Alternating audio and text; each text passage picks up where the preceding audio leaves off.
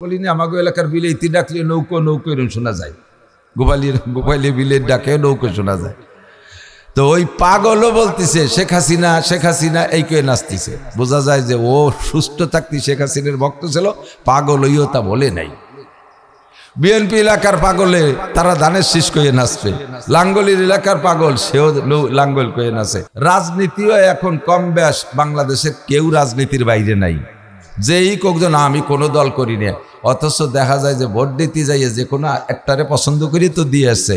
দলে নামে মাঠে নামে মিছিল স্লোগান না দিলেও ভিতরে ভিতরে একটা সমর্থন কোনো না কোনো দলের সাথে সবারই আছে, ঠিক না? আমাদের দেশে প্রত্যেক বছরে 5 বছর পর পর সংবিধান প্রণয়ন হয়, সংবিধান নবায়ন করে, সংশোধন করে। আওয়ামী লীগ বিএনপির সময় যে সংবিধান ছিল, আওয়ামী লীগ এসে 16 বছর যাবত ওইটারে সাফ সুতরা করে নিজেকে মন মতো খানিক লাগছে। উনরা ওই কতদিন খাইয়ে দিয়ে চলে গেছে। এরপর এবার ইনুস কাকা এসে আবার উনি খেপছে যে ওকে কেডটা ভালো হয়নি, আবার নতুন লিখতে হবে। চলছে না এরকম সংবিধান? মানব রচিত সংবিধান হলে তার দশা এইরকমই হয়, লাস্টিং করে না বেশি দিন। এক দল আছে আর এক দল আগের দলেরটা পরিবর্তন করে। কিন্তু সংবিধান যদি আসমানি হয়, তাহলে ওই আসমানি সংবিধানের ভিতরে দুনিয়ার কের আঙ্গুল ঢুকানোর সুযোগ নাই। আমাদের জীবন যাপন করার জন্য মানব জীবন 6 ভাগে বিভক্ত। ব্যক্তি জীবন, পারিবারিক জীবন, মনে থাকবে, ব্যক্তি জীবন, পারিবারিক জীবন, অর্থনৈতিক জীবন, সামাজিক জীবন, রাজনৈতিক জীবন, আন্তর্জাতিক জীবন। এই 6টা জীবন মানব জীবন। ব্যক্তি পার্থক্যে 6 জীবনের পার্থক্য আছে, তবে ব্যক্তি জীবন এনিম্যান এভরিবডি, সবারই ব্যক্তি জীবন আছে। পারিবারিক জীবনও সকলেরই আছে, অর্থনীতিও সকলেরই আছে, আছে না? সামাজিক জীবনও সবাই আছে। আমরা সামাজিক প্রাণী। এক দলের সাথে গন্ডগোল মানে একজনের সাথে গন্ডগোল লাগলে আমরা জাগ ধরে চলে আসি। এরপরে ঠকে গেলি পারা, যারা ঠকে গেলাম তারা ওই জিতা পাল্টি, যারা জিতে মারি টেরি থেকে গেছে, ওকে ঘর বাড়ি ভাঙতে লোক লাগবে না? এদিক তো ঘর বাড়ি ভাঙে না, সুন্নত চালু আছে। আইজো মারামারি যা করুক আর না করুক, ঘর বাড়ি ভাঙ্গাই পাকা। লুটি আনবে, পিঁয়াজ সাঙ্গিতে বারে আনবে, গরু নিয়ে আসবে, থাল বাটি সব, নুনির বাটি পর্যন্ত নিয়ে চলে আসে। সুবহানাল্লাহ, কয় সুবহানাল্লাহ, একটু কয় নাউজুবিল্লাহ। মারামারি রে মারামারি দিয়ে শোধ দেন, লুটি আনবেন কেন? এটা অন্যায়, এটা চরম অন্যায়। আল্লাহ, তো আমরা সামাজিক প্রাণী, যার কারণে সমাজে যা লাগে এগুলো করি। বাকি দুইটা আর দুটি হলো রাজনৈতিক জীবন আর আন্তর্জাতিক জীবন। কয় যে মুসলমানের দাড়ি আছে, হিন্দুকে আছে না? আরে আছে তো, হিন্দুকে দাড়ি আর মুসলমানের দাড়ি এক দাড়ি না। তাকে দাড়ির সাথে এবার মোজ দিয়ে এরকম বুড়োই ফেলাইছে, ঠিক না? মোষ এমন রাখা রাখছে যে চা খাওয়ার হুটো ডাও রাহে নাই। চা খাতি এলেও মোসরে মুসরে ধরে তলে কাপ ডুয়ে যায়। মুসলমানের দাড়ি হলো কচ্ছসারে বাবা ফুল্লোহা, মোসরে ছোট করো, দাড়ি রে বড় করো। এটা হলো মুসলমানের সুন্নতে দাড়ি। আপনার সম্মান বাড়বে। দাড়ি রাখতে কষ্ট না কাটতে কষ্ট? বোঝে নাই। দাড়ি রাখতে কষ্ট না কাটতে কষ্ট? সত্যি কথা কোন তো, রাখতে কষ্ট না কাটতে কষ্ট? অবশ্যই কাটতে কষ্ট, অবশ্যই কাটতে কষ্ট। রাখছি তো রাখা হয়ে গেছে, এর মধ্যে কোনো ব্যথাভূত আছে নাকি? কোনো ঝামেলা নেই। এতে মেলা ওজন করতেও তাও তো টের পাই না, কিছুই টের পাই না। কোন পাকে কয় কটটুক ওজন, সারা দাড়ি মিলে 5 গ্রাম ওজন হতে পারে। কি ওজন? কোনো কষ্ট নেই। কিন্তু কাটতি ধুমসা কষ্ট। বেলেট দিয়ে যখন পুষায়, যত ভালো ধারালো অস্ত্র দিয়ে কাটুক না কেন, ব্যথা করেই করে, ব্যথা করেই করে।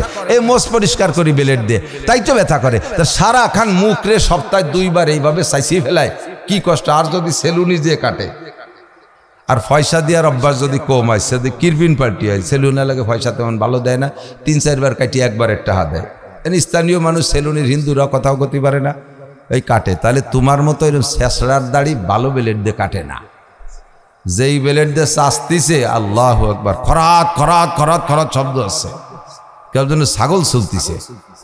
আর ব্যথায় মুখ লাল হয়ে যাচ্ছে, জায়গায় জায়গায় গোড়া উগলি হয়ে যাচ্ছে। কি এরিস এরকম ব্যথা আরে কেন? এখন ভালো বেলেট দরকার, টাকা দিবানে 5টা আবার ভালো বেলেট। এরে যে বেলেট ধরছে না, ওই বেলেট দিয়ে আগে 2-3 জনের দাড়ি শেভ করছে, এরপরে 5-6 জনের বগল চাচ্ছে ওই দিয়ে, এরপরে ধরছে ওর মুখ। তাহলে কি কষ্ট দাড়ি কাটতে। দাড়ি রাখলে সম্মান না কাটলি সম্মান? কাটলি সম্মান। কাটাওয়ালা বয়স 50 আর রাখাওয়ালার বয়স 25, দুইজনে একসাথে যাইয়েন তো কোনো দোকানপাট কোনো জায়গায়, কারে কৃষি বস্তি দেয়। কাটাওয়ালারে কয়, ছেলে পেলে নামি দাঁড়াও, পোলাপান সরে দাঁড়া। তার বয়স 50, আর যে দাড়ি রাখছে 25 বছর, এরকম দাড়ি, কাকা আপনি চেয়ারে বসেন, জাগায় বসাইয়া মান আর অপমান, কথা কোন ঠিক না? তো দুনিয়ায় যেমন পার্থক্য, হাসরের মাঠে ওইরকম হবে প্রত্যেক। আর পাশাপাশি আরেকটা হলো সুন্নত গুলো, সব যত সুন্নত আছে বডির সাথে যত সুন্নত আছে, এই সুন্নত গুলো হলো ইমানের বেড়া। বুঝতে পারি নেই? শরীরের সাথে যে সুন্নত গুলো আছে, এই সুন্নত গুলো ইমানের বেড়া। দাড়ি কাটা অবস্থায় যে ভাষা ব্যবহার করা যায়, মুখে দাড়ি রাখা অবস্থায় কিন্তু তা যায় না।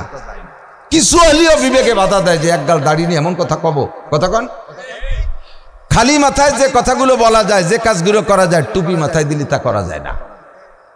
প্যান্ট শার্ট টাই কোট পরে যে আকামগুলো করা যায়, বড় একটা যুব্য গাই দিয়ে তা করা যায় না।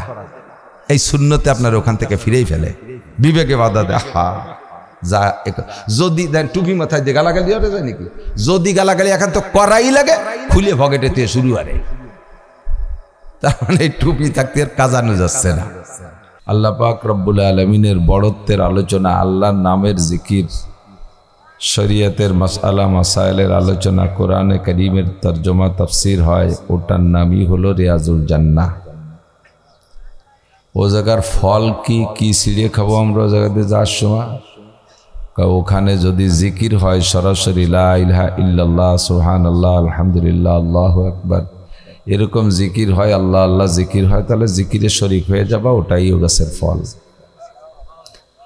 যদি কোরআন হাদিসের আলোচনা হয়, তাহলে যা আলোচনা হয় সেগুলোই তার ফল। বসে বসে কিছু কিছু শুনবা, শোনার মধ্যে লাভ আছে। কি লাভ, কি ফল, ফলটার লাভ কি? হুজুর বলেন, মজলিস ফিকহিন খায়রুম মিন ইবাদাতি 60 সানা। যেখানে শরীয়তের মাসআলা মাসাইলের আলোচনা হয়, ওই জায়গাটা একটা মাসালা যদি আলোচনা হয়, অনলি একটা মাসালা, তাতে ছোট্ট একটা মাসালাও যদি আলোচনা হয়, এমন ছোট্ট একটা মাসালারও যদি আলোচনার মজলিসে তুমি বসো, ওই মজলিসটার দাম হবে বেরিয়া লাগাতার কাজা করা ছাড়া ধারাবাহিক একটানা 60 বছর নফল নামাজ আর 60 বছর নফল রোজা রাখলে যেই নাকি, একটা মাসালা শুনতে বসলে সেই নাকি, বরঞ্চ ক্ষয়ের তার চেয়েও বেশি। খয়রুম মিন ইবাদ, খয়ের মানে বেশি ভালো।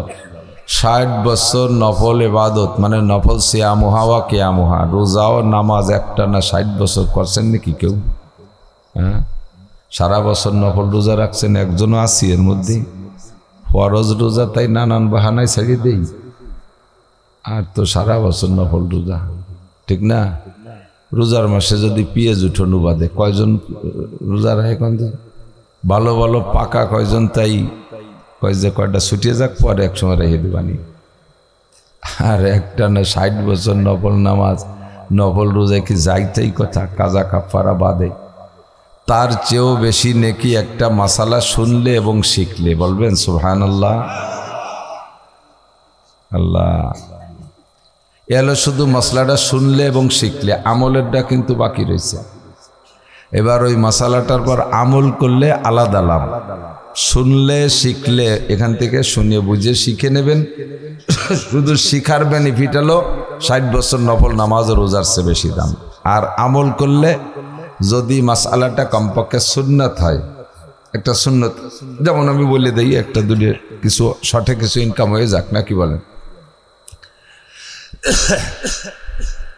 আল্লাহ, 5 ওয়াক্ত ফরজ নামাজের আগে যে অজু বানান, এই অজুর সময় যদি মেশক পকেটে থাকে বা অজুর স্থানে মেশক থাকে, আছে নি? এই মেশক যদি পকেটে থাকে, একটা ডলা দেন, $3, এ পাশে তো পাশে $3, তাহলে আপনি এই মেশক করে অজু বানানোর কারণে আপনার ওই ওক্তের নামাজ পড়বেন 1 ওক্ত, নেকি দেওয়া হবে 70 ওক্তের। মশালাটা শিখছেন না? এবার আমল করলে একটা সুন্নতের 70 ওক্ত নামাজের নেকি পেয়ে গেলেন বেশি। পাশাপাশি মেশক করা সুন্নত, এই সুন্নত এখন বিলুপ্তির পথে। এই মুহূর্তে আপনি মেশকটা আমলে আনলে আপনাকে অতিরিক্ত 100 শহীদের নেকি দেওয়া হবে। বুঝে আসে না, এই জিনিস বুঝিয়ে আসে না।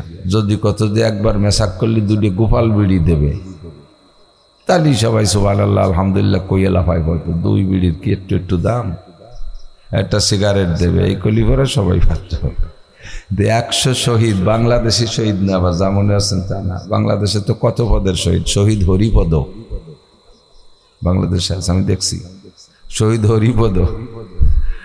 ওই সময় বলে তারা শহীদ হয়েছে হরিপদ হিন্দু, সে বলে শহীদ হয়েছে, এরকম শহীদ না। হুজুর কয় আমার আজকে শরীর ভীষণ খারাপ। হুজুর কয় আমার শরীর খারাপ না, আমি কইতেছি আমার শরীর খারাপ, খুব বেশি খারাপ।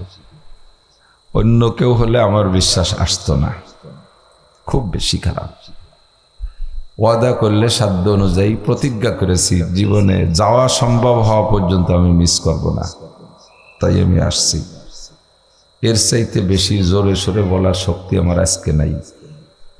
আপনারা বলবেন আমাদের দিনই রোগ হয়ে গেল, অসুখ হয়ে গেল। আপনি আগামীকাল ভালো থাকবেন, সুস্থ থাকবেন, একজন মানুষও বলতে পারবেন? যত ডাক্তাররা আছে, ডাক্তাররা রোগী চিকিৎসা করে, ডাক্তাররা রোগী চিকিৎসা করে। তো রোগী যতদিন ডাক্তারের কাছে আসা যাওয়া করবে অতদিন বেশি পয়সা পাবে না? মেলাদিন পর্যন্ত ঘুরতি পারলি পয়সা মেলাদিন পাবে। তো রোগী দিয়ে ডাক্তাররা পয়সা কামাই করে ঠিক, কিন্তু প্রত্যেক ডাক্তার আমার বিশ্বাস সে রোগীরে ঔষধ দিয়ে মনে মনে আল্লাহর কাছে দোয়া করে, আল্লাহ আমার রোগীটা যেন ভালো হয়ে যায়। কোনো ডাক্তারই রোগীরে জিয়েই রাখতে চায় না, যত দ্রুত ভালো করা যায় এই চেষ্টাই করে, অনেকদিন ঘুরানোর চেষ্টা করে না। রোগীটা যদি ডাক্তারের চিকিৎসায় সুস্থ হয়ে যায়, রোগী যত খুশি হয়, রিপোর্টটা ডাক্তারের কানে আসলে ডাক্তার তার চেয়ে বেশি খুশি হয়, এবং ওইটাই সে নমুনা বানায়, ওইটাকে স্যাম্পল বানায় যে দেখো অমুক আমার কাছ থেকে সে সুস্থ হয়ে গেছে, অমুক আমার কাছ থেকে সুস্থ হয়ে গেছে, অমুক 2 দিনই চিকিৎসা হয়েছে, এগুলো তার ক্রেডিট বাড়ায়। যেমন ডাক্তাররা রোগী চিকিৎসা করে পয়সা পায়, সাথে সাথে দোয়া করে আমার রোগী যেন সুস্থ হয়ে যায়। আমরাও যেদিন দাওয়াত রাখি সেদিন থেকে নিয়ত করি, দোয়া করি খুব, যে আল্লাহ ওই মাহফিলটা যেন ভালো ভালোই মতো হয়, ঝড় বৃষ্টি বিভিন্ন কারণে যেন নষ্ট হয়ে না যায়, আমিও যেন সেখানে যথাসময়ে উপস্থিত হতে পারি এবং সুস্থভাবে তোমার বান্দাদের কিছু হিদায়তি কথা আমি শুনাইতে পারি। আপনাদের চাইতে আমরা দোয়া কম করি না, কিন্তু অমা তাদরি নাফসুম বিআইয়ি আরদিন তামুত, অমা তাদরি নাফসুম মাজা তাকসিবু গাদা। কয়েকটা বিষয় তো আমাদেরকে অ্যাডভান্স জানার ক্ষমতা আল্লাহ দেই নেই। 5টা। কয়টা? 1 নম্বরে কিয়ামত কবে হবে এটা কেউ বলতে পারবে না। 2 নম্বরে ওয়াইনাজিলুল গাইস, কোন মেঘে বৃষ্টি নামবে এটা কেউ করতে পারবে না। 3 নম্বরে ওয়াইনাজিল ওয়ায়ালামু মাহফিল আরহাম, কোন নারীর পেটে কয়টা সন্তান আছে, কি হবে কি হবে না বাচ্চা পেটে আসার আগে কোনো দুনিয়ার মানুষ, ডাক্তার, ইঞ্জিনিয়াররা বলতে পারবে না। 3 নম্বরে অমা তাদরি নাফসুম মাজা তাকসিবু গাদা, আগামীকাল কে কি ইনকাম করবেন, একটু পরে কে কি খাইবেন, ইনকাম করবেন, এটা কেউ বলতে পারবেন না। 5 নম্বর অমা তাদরি নাফসুম বিআইয়ি আরদিন তামুত, কে কতক্ষণ সুস্থ থাকবেন আর অসুস্থ থাকবেন, কোথায় যে মরবেন এটা কেউ কইতে পারবেন না। যার যেখানে মরণ আছে তাকে সেখানে যেতেই হবে। আমি যতক্ষণ আল্লাহর পক্ষ থেকে বরাদ্দ আছে সুস্থ থাকার অতক্ষণ থাকবো। রোগ আল্লাহ পাকই দেয়, যখন দিয়ে বসে এটা তো আর আমার সাধ্যের ভিতরে না। তো আল্লাহ পাক রব্বুল আলামিন যতটুকু ভালো রেখেছে তার শক্তিতেই আসছি এখানে, যতটুকু পারি অতটুকু বলবো। নবী আলাইহিস সালাতু ওয়াস সালাম বলেন, মনে আছে নাকি, আল্লাহ একটা সুন্নতের পর মান তামাসসাকা বিসুন্নতি ইনদা ফাসাদে উম্মতি ফালাহু আজরু মিয়াতি শাহীদ। যে সময় সুন্নতগুলো বিলুপ্ত হতে থাকবে উম্মতের অলসতার কারণে, সুন্নত বিলুপ্ত হতে থাকবে, মুসলমানদের ভিতর থেকে সুন্নত বিলুপ্ত হয়ে যাচ্ছে 2টা কারণে। কয়টা কারণ? 2টা। একটু কথা নষ্ট করি, কয়টা কারণ? 2 কারণে আমাদের থেকে সুন্নত বিলুপ্ত পর্যন্ত সুন্নতগুলো হারাই যাচ্ছে, সুন্নত আমলে থাকতেছে না।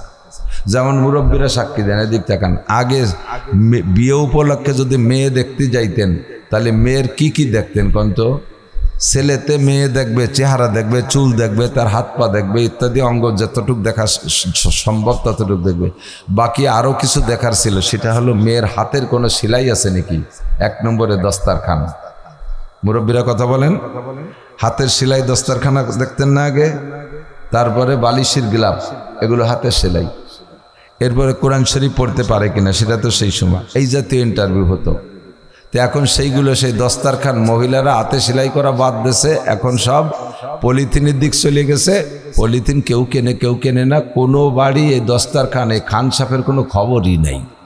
হুজুর রাজে যদি বিরক্তরে জমিয়া দস্তারখান ছাড়া খাবো না, ধরি একখান গামছা বিছিয়ে দেয়। আর গামছার যে অবস্থা তা তো মাঝে মাঝে কইয়ে তাই, গামছা একখান বিছিয়ে দিয়েছে কিরা যেন তার আগে গামছা দিয়ে নাক মুছে পাহা গিয়ে শিয়েন তাই খানিক তাই বিছিয়ে দিয়েছে, তারপর তুই ভাত খাতে হবে। এর অ্যাক্সিডেন্টে আমি 2-3 বার পড়ছি। রাত্রে অজু বানাইছি, তালবি আলিম গামছা একখানা এনে দিয়েছে, মুখ মুছছি, অন্ধকারে মুখ ডলা দিছি, তো পানি মুছলি শুয়ে যাবে না, তা না শুয়ে কিরিমির মতো তেল তিলি হয়ে যাচ্ছে। ঘটনা কি, লাইট জ্বালাই দিয়ে যে কিনা যেন শিয়ে মুছে ঠিক গেছে, সারা মুখ মালিশ হয়ে গেছে। তারপরে থেকে গামছা সাথেই রাখি।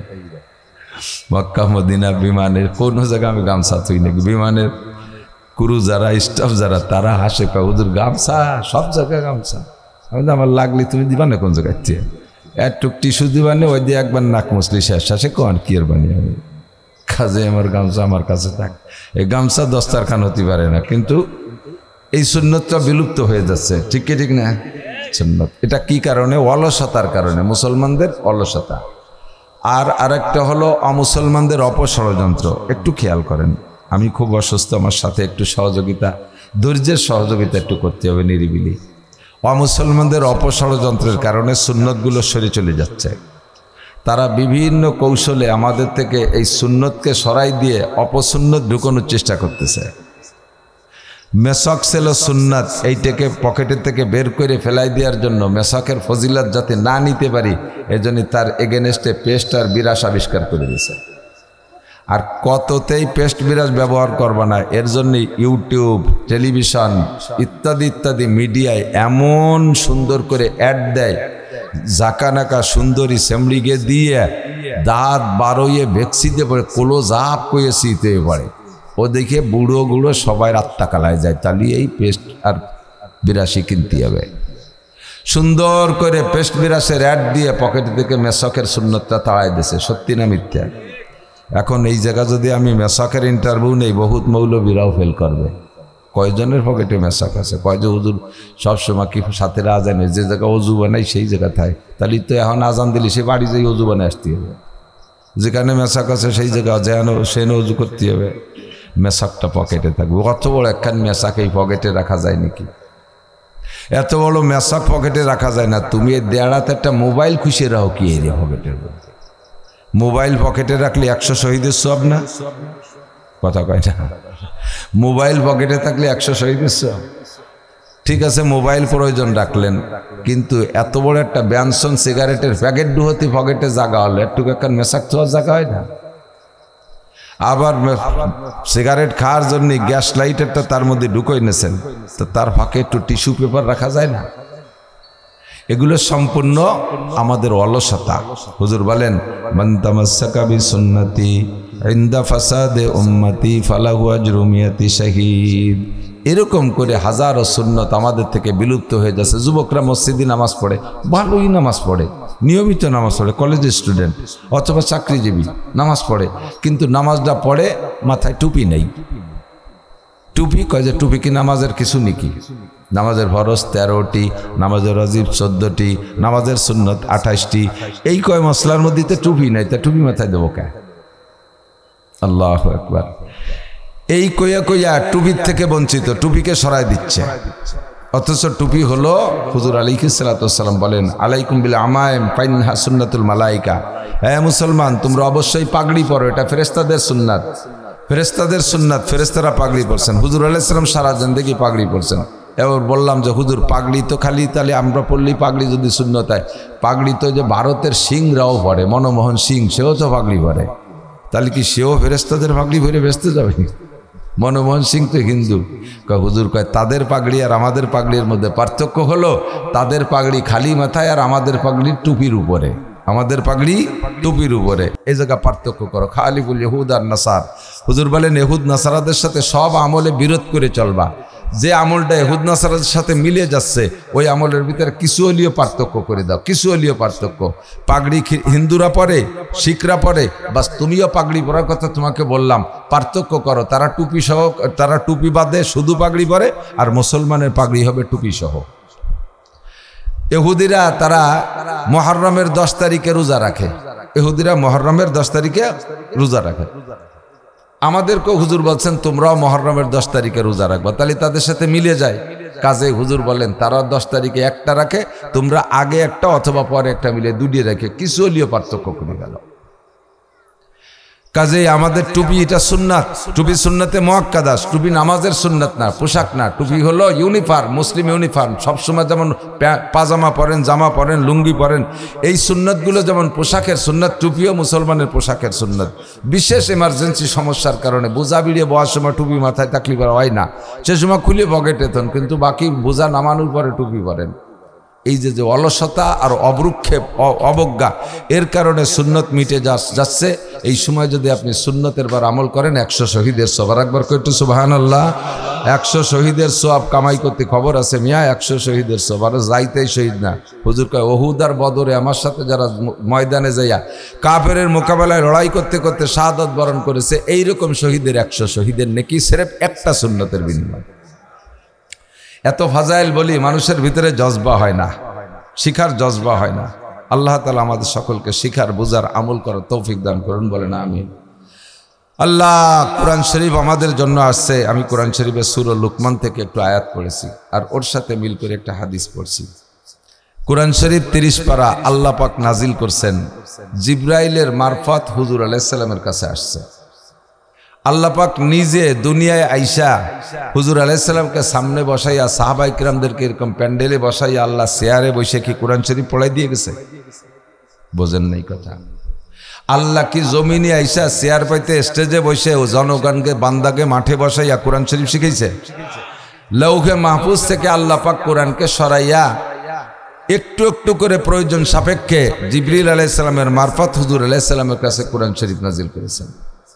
এই কোরআনের ভিতরে এত গভীরতা, এত মাহাত্ম্য, যা কিয়ামত পর্যন্ত মুফাসসিরিনগণ এই কোরআনের ভিতরে ডুববে আর তার থেকে নতুন নতুন কথা বের করতে থাকবে। যে কথাগুলো আল্লাহ পাক রব্বুল আলামিন সংক্ষেপ ভাষায়, কোরআনের ভাষায় নাজিল করে দিয়েছে, কিন্তু তার পেটের ভিতরে বিশাল প্রশস্ততা, অনেক বেশি কিছু। তো আল্লাহ পাক বুঝাই দেন নাই, জমিনে আইসা কোরআন শরীফ নাজিলও ওভাবে করেন নাই, নিজে পড়াই দিয়ে যান নাই। জিব্রাইলের মারফত রসুলকে পড়াইছেন আর রসুলের মারফত সাহাবায়ে কিরামদেরকে পড়াইছেন। আর তৎকালীন প্রয়োজন সাপেক্ষে যত মাসআলার দরকার ছিল নবী আলাইহিস সালাম কোরআন শরীফ থেকে বের করিয়া নিজের ভাষায় উম্মতকে বুঝাইছে। তো কোরআন বুঝানোর জন্য যে ভাষাগুলো হুজুর ব্যবহার করেছেন, এর একটাও নিজের তরফে থেকে না। আল্লাহ পাক নিজেই নবী পাকের কথা সম্পর্কে সার্টিফাই করেন, মা ইয়ান্তিকু আনিল হাওয়া ইন হুয়া ইল্লা ওয়াহয়ুন ইউহা। আমার নবী মুহাম্মদ রাসূলুল্লাহ তোমাদেরকে কোরআন বুঝানোর সংক্রান্ত যে কথাগুলো তার জবান দিয়ে বলে, যেটা কোরআনের আয়াত না, তার জবান দিয়ে বলছে, ও কথাগুলো সে ইচ্ছা মতো নিজে বানায় বলে নাই, আমি ওগুলো শিখাই দিছি তাই বলছে সে। এজন্যে মুহাদ্দিসিনে কিরাম, মুফাসসিরিনে কিরাম বলেন ওহী 2 প্রকার, ওহিয়ে মাতলু আর ওহিয়ে গায়রে মাতলু। ওহিয়ে মাতলু বলে লিখিত কোরআন যে 30 পারা, এর নাম বলে ওহিয়ে মাতলু, মানে তিলাওয়াত করা হয় যে ওহি। আর যে ওহিটা কোরআনের ভিতরে রাখতে হুজুরকে আল্লাহ নিষেধ করেছেন, অথচ আল্লাহর শিখানো কথা নবীর ভাষায় বলছেন, তার নাম ওহিয়ে গায়রে মাতলু, তার নাম হাদিস। কোরআনকে বিশ্বাস করা যেমন ফরজ, আমার দিকে একটু খেয়াল করেন, কথাগুলো খুব বুঝে নিতে হবে। কোরআন বিশ্বাস করা নফল না ফরজ? একটু সবাই কবেন না? কোরআন বিশ্বাস করা নফল না ফরজ? কোরআনের উপরে সন্দেহ রাখা কি জায়েজ? কোরআনকে বিশ্বাস করা যেমন ফরজ, আল্লাহকে বিশ্বাস করা যেমন ফরজ, নবী পাককে বিশ্বাস করা এরকম ফরজ, আর নবী আলাইহিস সালাতু ওয়াস সালামের সমস্ত সহিহ হাদিসকে বিশ্বাস করা ফরজ। যদি কেউ আল্লাহ মানেন, কোরআন মানেন, নবী মানেন না, ওই লোকটা মোমেন না কাফের? আল্লাহ মানে, কোরআন মানে, কিন্তু নবী মানে না, মোমেন না কাফের? আল্লাহ মানে, কোরআন মানে, নবী মানে, নবীর সহিহ হাদিসকে ঠাট্টা করে, ব্যঙ্গ করে, মানে না, ওই লোকটাও কাফের। কথাগণ, কাজেই যত সহিহ হাদিস আমাদের কাছে আসছে, হাদিসগুলো আমাদের বিশ্বাস করা ফরজ। এবার হাদিসের দ্বারা যে হুকুমগুলো আসছে, কোনোটা আমল করা ওয়াজিব, কোনোটা আমল করা সুন্নাত। কোরআনের থেকে যে আমল হুকুমগুলো আসছে, তার কোনোটা আমল করা ফরজ, কোনোটা আমল করা ওয়াজিব, কোনোটা আমল করা নফল, এরকম ভাগ আছে।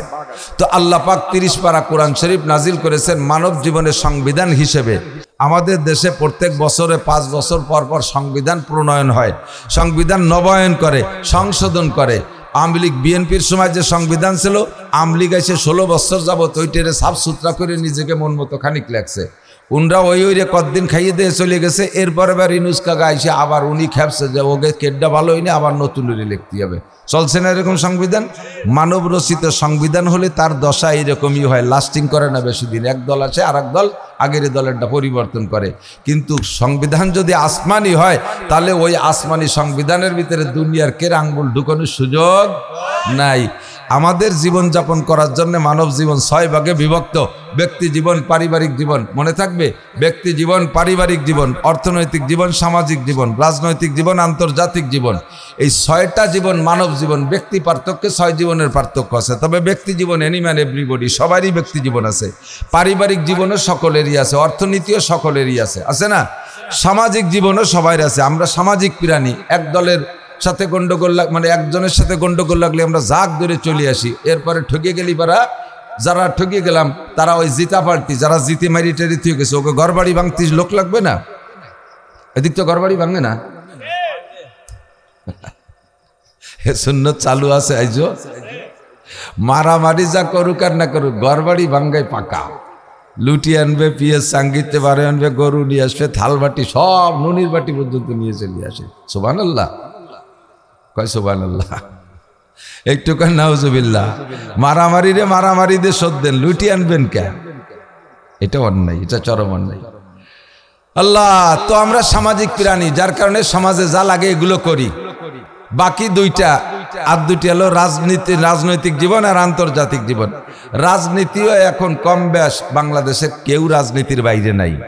যেই কজন আমি কোনো দল করি না, অথচ দেখা যায় যে ভোট দিতে যাইয়ে যে কোনো একটারে পছন্দ করি তো দিয়ে আসছে। দলে নামে, মাঠে নামে মিছিল স্লোগান না দিলেও ভিতরে ভিতরে একটা সমর্থন কোনো না কোনো দলের সাথে সবারই আছে, ঠিক না?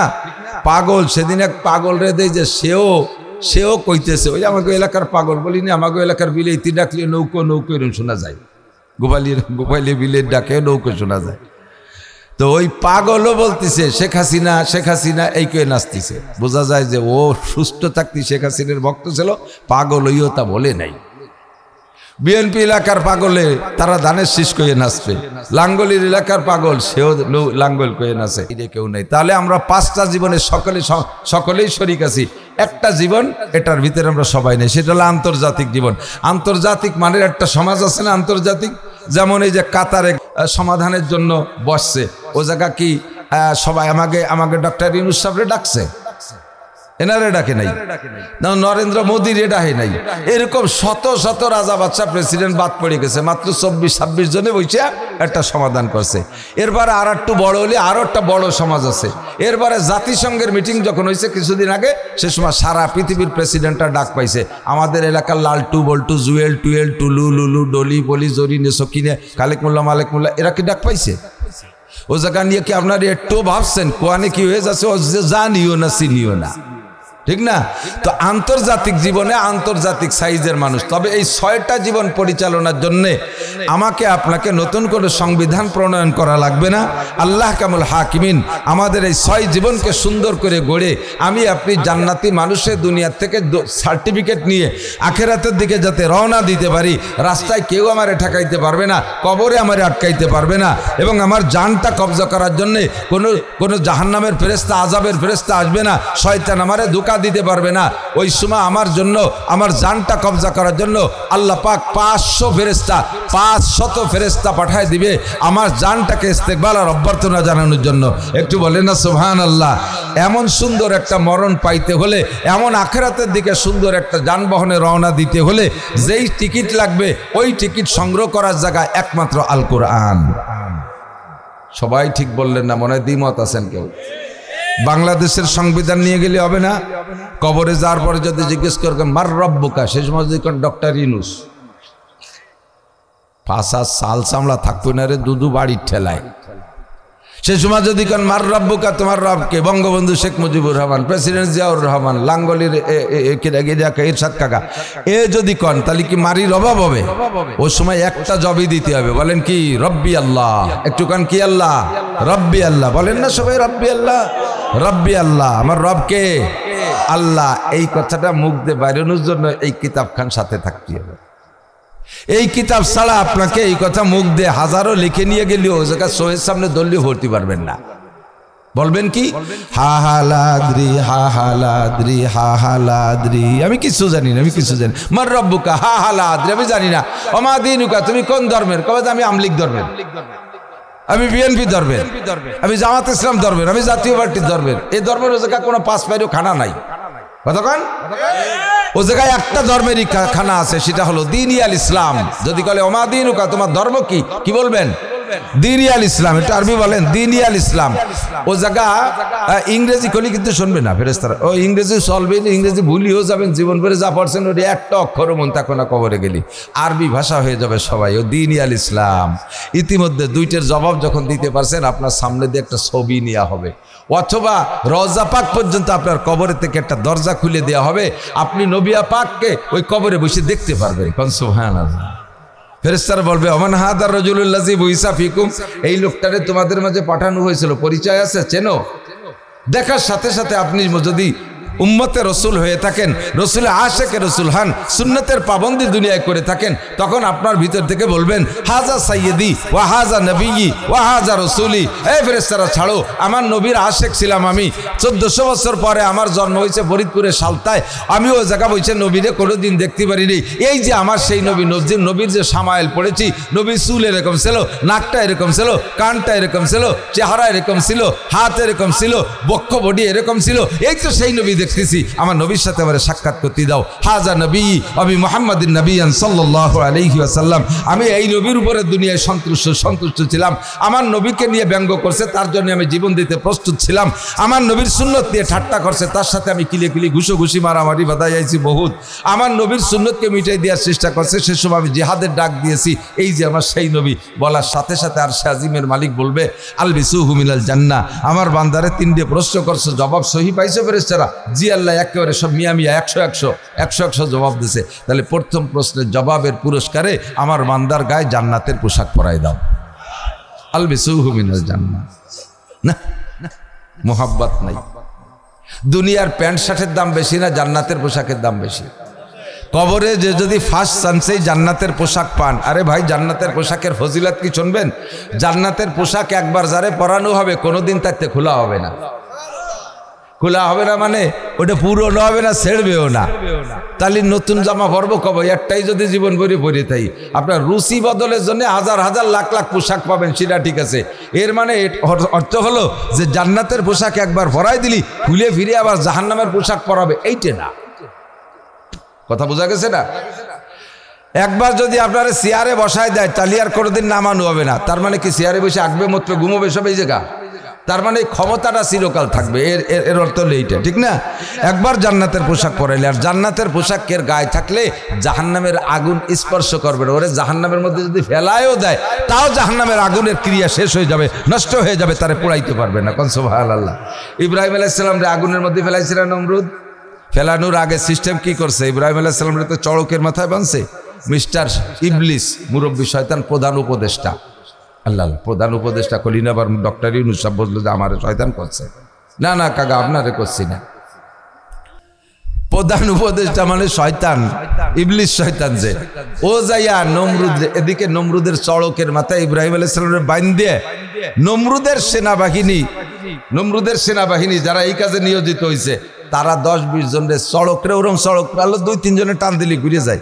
10-20 জনের টানছে, তার চড়ক ঘোরে না। এরবারে 100-200 টানে চড়ক ঘোরে না। 1000 খানিক নিয়ে আসছে, চড়কটা নিয়ে ঘুরতে পারতেছে না। রশি বাঁধছে, কাশি বাঁধছে, কয়েক হাজার বাইন্দে। এরপরে নমরুদের সেনাবাহিনীর সংখ্যা ছিল 70 লক্ষ। কারণ সারা পৃথিবীর প্রেসিডেন্ট, তো সারা পৃথিবীকে নিয়ন্ত্রণ করতে তার সেনাবাহিনী সেরকম লাগবে। তার সেনাবাহিনী ছিল 70 লক্ষ। এই 70 লক্ষ সেনাবাহিনীকে আইনে কাশি বাঁধে টানে, চড়ক ঘোরে না, টাইট হয়ে গেছে। কেন করে না এটা তো আর নমরুদ জানে না, জানে তো সেই প্রধান উপদেষ্টা। প্রধান উপদেষ্টা এসে কইতেছে ষাড় না সার, ষাড় ও ষাড় এক ঘুরতে পারবা না, তুমি 70 লক্ষ না সারা পৃথিবীর সমস্ত মানুষ আর জিন মিলে টানলেও পারবা না। ওর গোড়ায় বিশাল মস্তান একদম এক আঙ্গুল দিয়ে ঠাইছে ধরে রাখছে, তার আঙ্গুলিতে ছুটনি কঠিন আছে। সেই মস্তান কে ডাক? তার নাম শুনে তোমার লাভ হবে না, তুমি যাও তিসৌরিয়া খাতি থাও। কিন্তু ওই মস্তানের রাতের থেকে না ছুটলি ঘুরোতে পারবো না। কয় তো ছুটানোর উপায় কি? তার তো দেখতেছি না। তুই দেখো। কয় যা আমি তো দেখতেছি। তার হাতের থেকে ছুটানোর উপায় কি? ওই যেই মস্তান ধরে রাখছে সে মস্তানের একটা স্বভাব আছে, সে কোনো বেহায়া বেশরম বেপর্দা নারী দেখতে পারে না। তো যদি ওই মস্তানের হাতের থেকে না ছুটো সড়ক ঘুরোতে পারবে না, সফল হতে পারবে না। তার হাতের থেকে ছুটানোর জন্যে সিস্টেম হলো ওই জায়গা বেপর্দে গিয়ে আর না পাকি একটা কাম করতে হবে, তাহলে ছুটে যাবে হাতের থেকে। উনি ছেড়ে দিয়ে হেঁটে চলে যাবে, তারপরে আর বেশি কষ্ট হবে না। জন 2-3 কি টান দিলে ঘুরিয়ে যাবে। সেইটা কি করা যায়? তোমার উম্মতের মধ্য থেকে 40 জন যুবতী আর 40 জন যুবক, এদেরকে সম্পূর্ণ উলাঙ্গা করে বেহায়া করে, মানে বেশরমি কাজ, তাদের ব্যভিচারে ওই জায়গা লাগাই দিতে হবে। তাই দেখে ওই যে মস্তান আছে ও মস্তান লজ্জাতে থাকবে না, ছেড়ে দিয়ে চলে যাবে। এরপরে তুমি ঘুরোতে পারবা।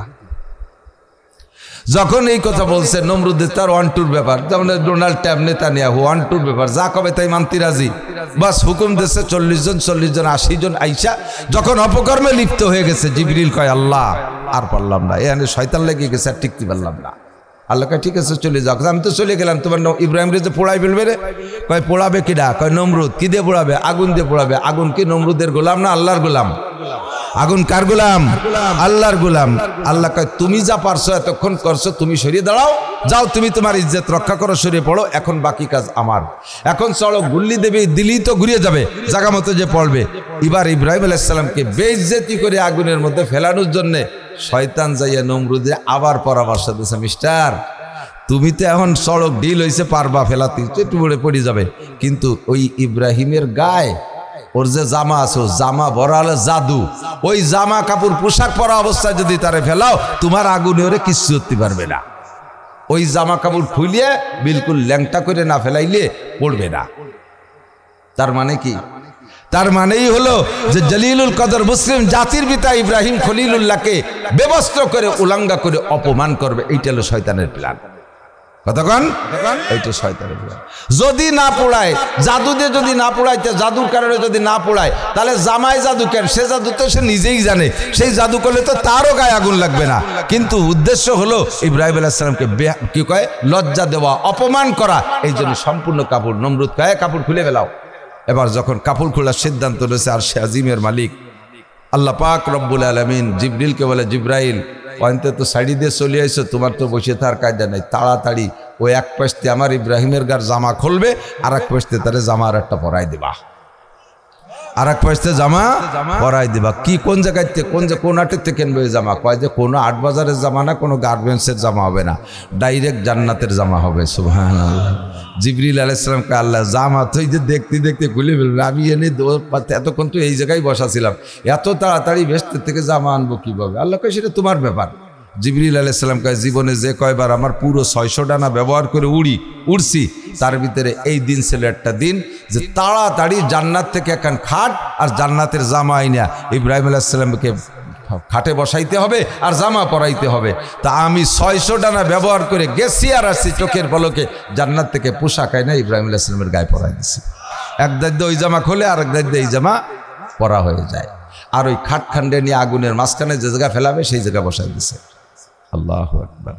আল্লাহ কয় তুমি আমার এরকম একটা ঈমান দাও, আমার ইব্রাহিমের মতো একটা ঈমান তুমি আমারে দাও। ইব্রাহিমকে যেমন আগুনের মধ্যে থেকে আমি বাঁচাইছি, তোমাকেও এরকম বড় বড় আগুনের মধ্যে থেকে আমার বাঁচানোর ক্ষমতা আছে। কোন আছে না নাই? তোমারে আমার এখান থেকে বাঁচানোর ক্ষমতা আছে। তুমি ইউসুফের মতো একটা ঈমান আমারে দাও, তাহলে জেলখানার ভিতরে থেকে তোমারে আমি সম্মানের সাথে বের করব, অপমান করে না। কতক্ষণ? আমাদের দেশে যারা বর্তমানে জেলখানায় গেছে সবাই ঈমান তো ইউসুফ আলাইহিস সালামের মতো। গাজার মুসলমানদের ঈমান ইব্রাহিম আলাইহিস সালামের মতো বললে উদাহরণ দিলে তো ভুল হবে। তবে ইব্রাহিম আলাইহিস সালামের ওয়ারিস হিসেবে গাজার মুসলমানরা ঈমানের খানিকটা পেয়েছে, যার কারণে আজকে 2 বছর পর্যন্ত 2 লক্ষ টন বোমা ফেলাইছে। বোমা তো আগ্নেয়াস্ত্র, আগুন না? একটা বোমা মেরে দেয়, বিল্ডিং এ আগুন ধরে যায়। 2 বছর পর্যন্ত 2 লক্ষ টন। আমি সেদিন শুনেছি সাংবাদিকদের কাছ থেকে 2 লক্ষ টন। 2 লক্ষ টনে কয় মন হয়? প্রায় 20-30 মন হবে না? এই 2 লক্ষ টন বোমা মাইরিয়া গাজার জায়গা কট্টুক 42 কিলো লম্বা, জায়গায় 6 কিলো চওড়া, জায়গায় সর্বোচ্চ 12 কিলো চওড়া। আপনাদের ধরে নিয়ে যায় এই সালতা থানা যেটুক একটা জায়গা, তার উপরে যদি 2 লক্ষ টন বোমা মারে কি থাকে এর ভিতরে থাকিয়া 20 লক্ষ মানুষের প্রায় 2 লক্ষ চলে গেছে জান্নাতে শহীদ হইয়া। আর যারা বেঁচে রয়েছে আল্লাহ পাক তাদেরকে মহা সম্মানের সাথে সেখান থেকে আজকে বের করে নিয়েছে। আল্লাহ কয় ঈমান দাও আমারে, আমিও তোমার আগুন থেকে বের করে দেব। ঈমান দাও আমারে। হে নেতারা, দেশে বিদেশে যেখানে জেলখানায় থাকিস না কেন, এই জায়গায় বসে এতদিন আকাম যা করছো না করছো, এখন জেলখানার মধ্যে বসে খালেস তওবা করো, খালেস তওবা করো, আল্লাহকে ঈমান দাও, তাহলে আল্লাহ পাকও তোমার ইউসুফ আলাইহিস সালামের মতো বের করে আনার ক্ষমতা রাখে কি রাখে না? আল্লাহু আকবার। আমিনু কামা আমানান নাস। আল্লাহ কয় যা তারা যেমন ঈমান আনছে তুমি এরকম ঈমান আনো। বলতে কথাটা বলতে যে শরীর চলে আসছে একটু খেয়াল করেন এদিক। এখন এই জামা ভরাই দিছে না, জামা ভরানোর পরে সড়ক গুল্লি দিছে, সেই আগুনের মধ্যে যে পড়ছে, আগুনের মধ্যে পড়ার পরে নমরুদ তালি দিচ্ছে আর ওদিকে ঘুড়ি উড়াচ্ছে, একদল দুম সাবেকে ঘুড়ি, খুশির ঘুড়ি উড়াচ্ছে, খুশির ঘুড়ি উড়াচ্ছে। আল্লাহ এই ঘুড়ি উড়ানো দুনিয়া শুরু হয়েছে নমরুদের ওই দিনের থেকে। ইব্রাহিম আলাইহিস সালামের আগুনে ফেলাতে পারে ঘুড়ি উড়ানো শুরু করছে, আনন্দ করতেছে। ঘুড়ি উড়ানো যারা ঘুড়ি উড়াবে তারা নমরুদের ওই বাহিনীর সাথে, তাদের সাথে এক গুল্লি জাহান্নাম দিয়ে ঘুরিয়ে আসা লাগবে। মান তাশাব্বাহা বিকওমিন ফাহুয়া মিনহুম, এই হাদিসের ভিত্তিতে। এবার নমরুদ খুশিতে তালি দিচ্ছে, দিছি নমরুদ ইব্রাহিম রে পোড়াইয়া। ইব্রাহিম আলাইহিস সালামের কিছু ভক্ত ছিল, তাদেরকে ইতরেছে, এবার যাওয়া কোন জায়গা, তোমাকে সে জাতির ভিতা তো গেছে শেষ হয়ে, এবার কোথায় যাওয়া, এখন আসো আমার কাছে কদম বসি করো, আমার পায়ে সিজদা দাও। বলতে বলতে আল্লাহু আকবার, আগুনে একটা বিস্ফোরণ ঘটবে বলে কেমন যেন গর্জে উঠছে। এই আগুনের ভাব দেখে ওই নমরুদ দামড়া, ওরে তো আরো কিছুদিন বাঁচায় রাখতে হবে। ওই প্রধান উপদেষ্টা যে কয় সার তাড়াতাড়ি সরিয়ে সারেন, আগুনের ভাব ভালো না, এ আগুন ওই এক জায়গায় থাকবে না, চতুর্দিক সরাই পড়া বাপ। ও তাড়াতাড়ি সারিয়ে, কিন্তু জনগণ সারিয়ে পারে নাই, চতুর্দিক দিয়ে 50 মাইলের মধ্যে যা ছিল সেই আগুনে পোড়ায় সব সাফ করে দিয়েছে। নমরুদ দৌড়ে সেরি চুরি গেছে।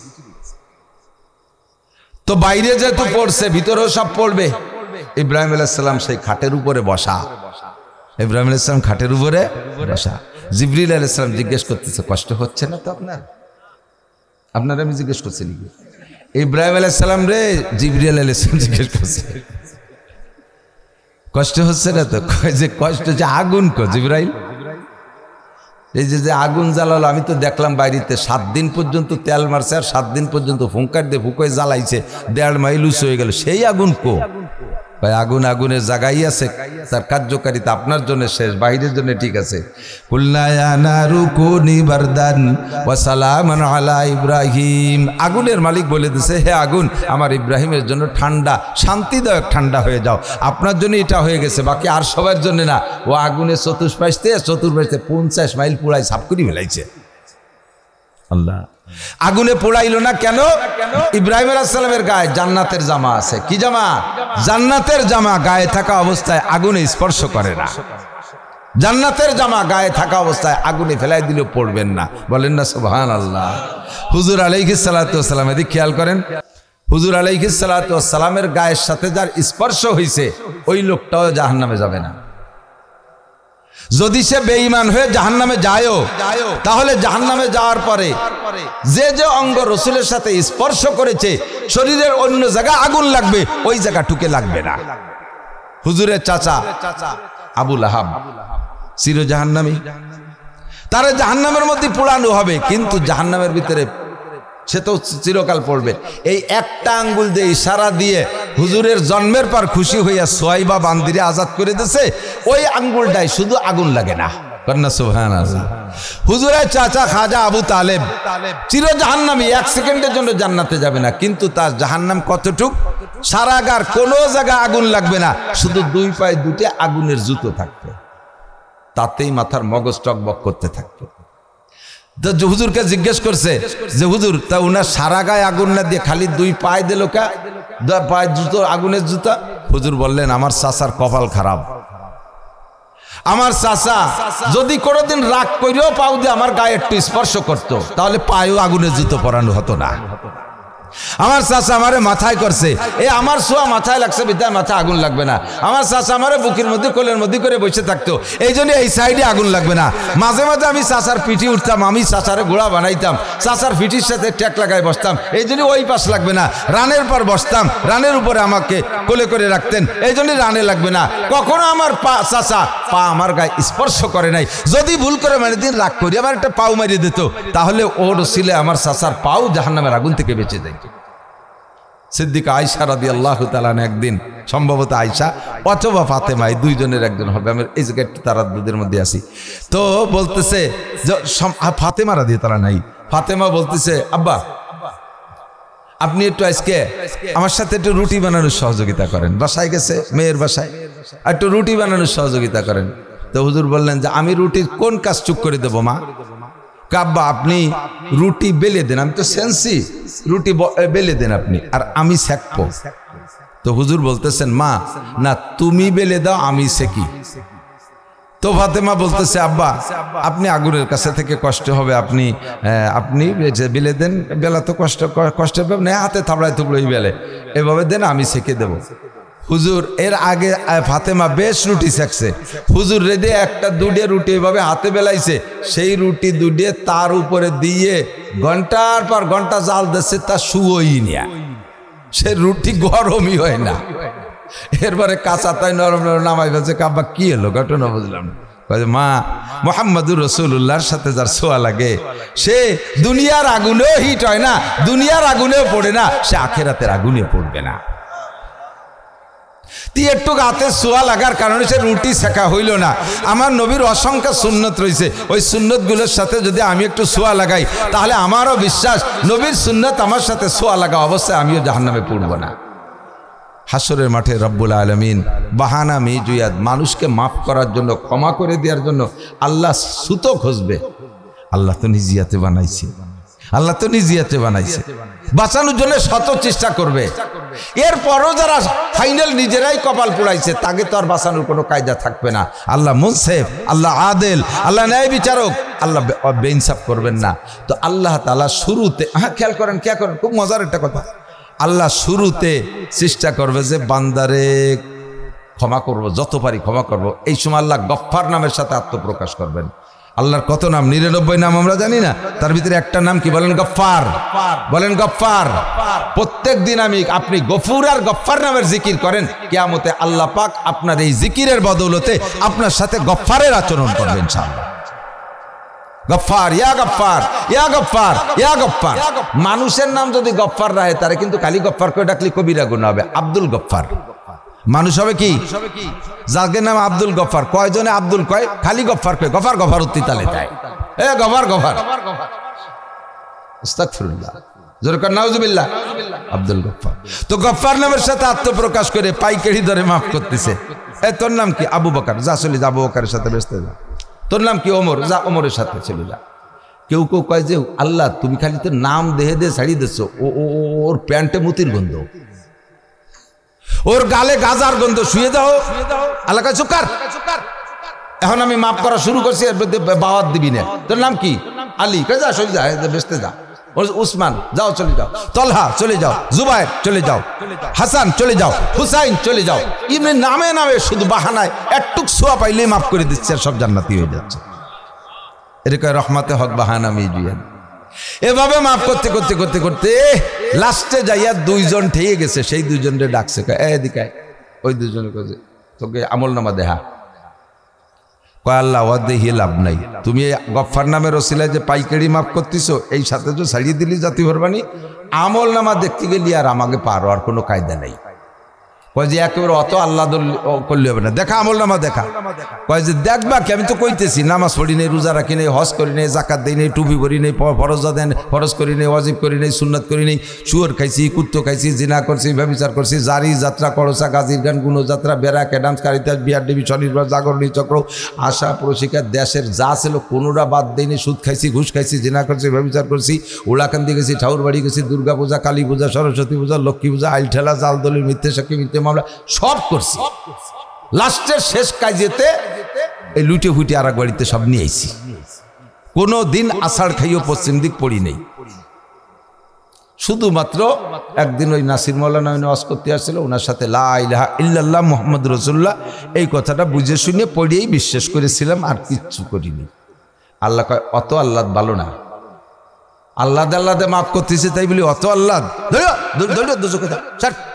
জাহান্নামে যা কইলেই একজন দৌড় মারছে, আর একজন না দৌড়ে দাঁড়ায় রয়েছে। যেটা জাহান্নামের দিকে দৌড় মারছে ফেরেশতাকে আল্লাহ কয় ওদের আগে ধর, ওরে ঠ্যাক, যদি যে ল্যাব দিয়ে পড়িয়ে যায় তা তো একটা সেকলিও লাগবে না, ওরে ডাক দে। এই দুনিয়ায় তুই তো যা কাম করছিস নিজেই করলি, জাহান্নাম কি জিনিস শুনিস নেই? বলে হ্যাঁ শুনছি তো। তা কোয়া সাত সাত যে দৌড় দিলি, জাহান্নাম কি শ্বশুর বাড়ি? ও কি সোনারগাঁও হোটেল? দৌড় দিলি? আল্লাহ জাহান্নামের দিকে দৌড় দিছি একটা আশায়, যে দুনিয়ায় তোমার একটা হুকুমও পালন করি নাই, যদি এই হাসরের মাঠে লাস্টের হুকুমটা পালন করি তোমার হয়তো দয়া হতে পারে, এই জন্য দেরি না হইয়া তোমার হুকুম পালনে, তোমার রহমতের আশায় হুকুম পালনের জন্য দৌড় মারছি।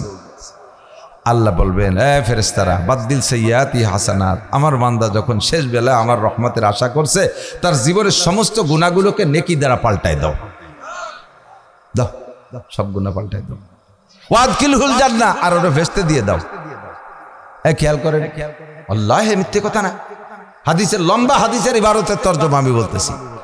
এরপরে ওইটা তো পার হয়ে গেছে কি কইয়া আল্লাহর হুকুম পালন করে, দুইজনেই কইছে দোজকে যাতা, একটা তো হুকুম পালন করলো, আর একটা দাঁড়ায় রয়েছে, তাহলে ও দুনিয়াও মানে নাই, ও জায়গাও মানলো না, ও কি কবে? এই শয়তান গাইরিও গাড়বেহা, দুনিয়ায়ও একটা কথা মানিস নেই, আর এখানে এই জায়গায় এসে কলাম যে যা দোজকে যা, সে জায়গা গাড়বে করে দাঁড়াইছে, এত গেল নেকা। কয় যে আল্লাহ আমি তোমার রহমতের আশায় দাঁড়ায় রয়েছি, যে একবার কইছো যা, আর একবার কল নাকি যে যাওয়া লাগবে না, একবার কইছো যা, আর একবার কল নাকি যে যাওয়া লাগবে না, সেই আশায় বসে রয়েছে। আল্লাহ তাও কবে যায় ফেরেশতারা আমার বান্দা শেষ বেলায় এসে বিপদে পড়িয়া আমার রহমতের আশায় সেই কাজটা করছে, যা ওরও গুনাহ সব মাফ করিয়া গুনারের নেকি দিয়ে পাল্টায় জান্নাতে দিয়ে দাও।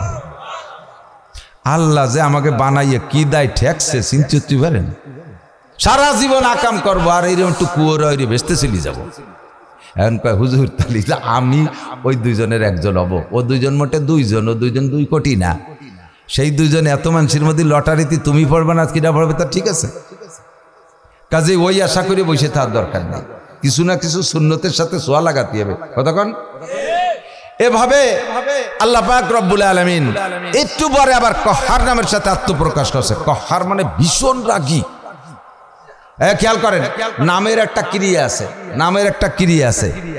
কিছু কিছু নামের মানুষ খুব দামি হয়, আজিজ, আব্দুল আজিজ, আজিজুল হক, এই নামের মানুষ ব্যতিক্রম দুই একটা থাকতে পারে।